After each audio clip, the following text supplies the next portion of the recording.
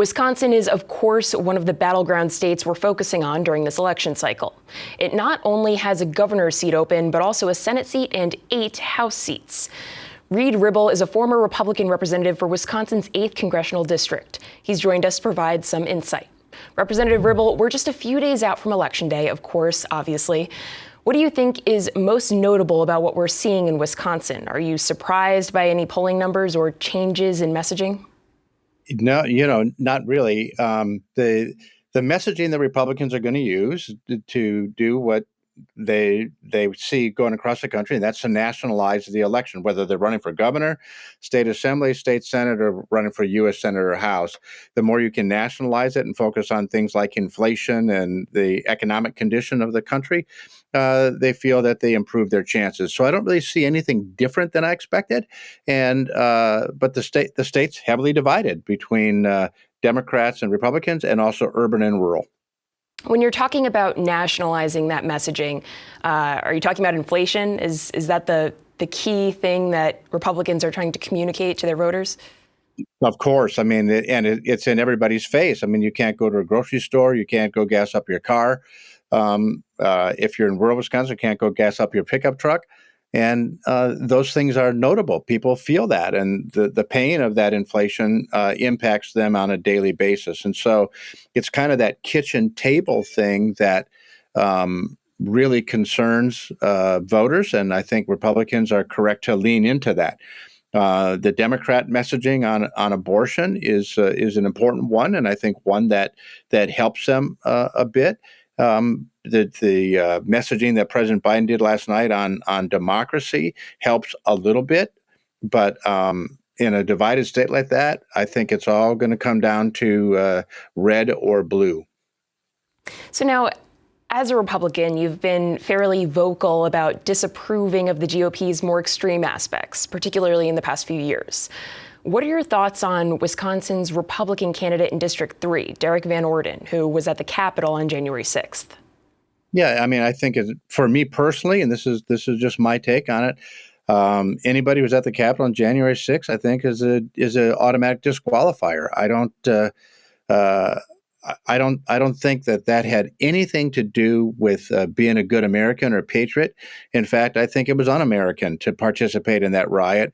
And it's easy to say, well, I didn't go in, or I wasn't there for that. But the fact of the matter is, the marching orders from President Trump were to march down to the Capitol and fight like hell. Those were his words. And that's what that crowd did. And it should offend every single American that that's what they did. If we cannot trust our elections, we've got a real problem with our republic. And so it's a tragedy, in my opinion. Speaking of former President Trump, both the Republican candidates for governor and Senate have been endorsed by him. If they win, what are your hopes and concerns? Well, I mean, I would hope that they do or govern in a more conservative, traditionally conservative manner. President Trump is a populist. He's not a conservative. And I think it was demonstrated by his lean toward authoritarianism, his lean by using big government whenever he wanted to, his lean toward deficit spending. There were things in President Trump's policies that would make Bernie Sanders happy. And so I would hope that Senator Johnson, any of the Republicans in the House of Representatives that are going to win, and if Tim Michels is successful in getting the governor's mansion, that they fall back to a more traditional limited government approach to governing the country and governing the state. And I think that would be good for the country. How confident are you in today's version of the GOP? Is it what you think people in Wisconsin need? I think for the most part, our civil servants are there for the right reasons. I do think that this wave of populism that overtook the country back in 2016 is a threat to how we govern ourselves in a free society. I'm also concerned about the increase in inflammatory rhetoric. I thought civil discourse was bad when I was in Congress, but this has really gotten bad, and people are following Trump's lead because voters will tell them, we want someone who's going to fight for us.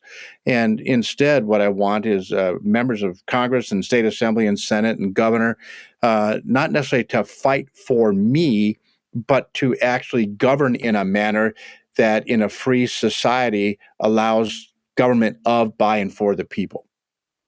What are your thoughts on the other Republican candidates in states like Pennsylvania and Georgia, other battlegrounds, like candidate Mehmet Oz or Herschel Walker? I think that Donald Trump was not particularly good at selecting some of these candidates that he endorsed. So you take the race in Pennsylvania. I think it's a really good litmus test, and you have an inversion in Georgia. And by that I mean this: a candidate that President Trump endorsed for governor in Pennsylvania is so bad and so offensive to both the left and independent voters that he's likely to get trounced.